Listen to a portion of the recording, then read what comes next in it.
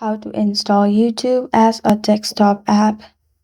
Hi everyone, it's Sophia to assist you today. Without any delay, let's jump right in. First, open Google and search YouTube. You'll find this kind of screen pop up. Click on three dots on top right corner of your screen.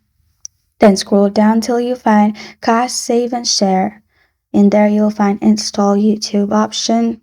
Click on Install and then your YouTube will be installed.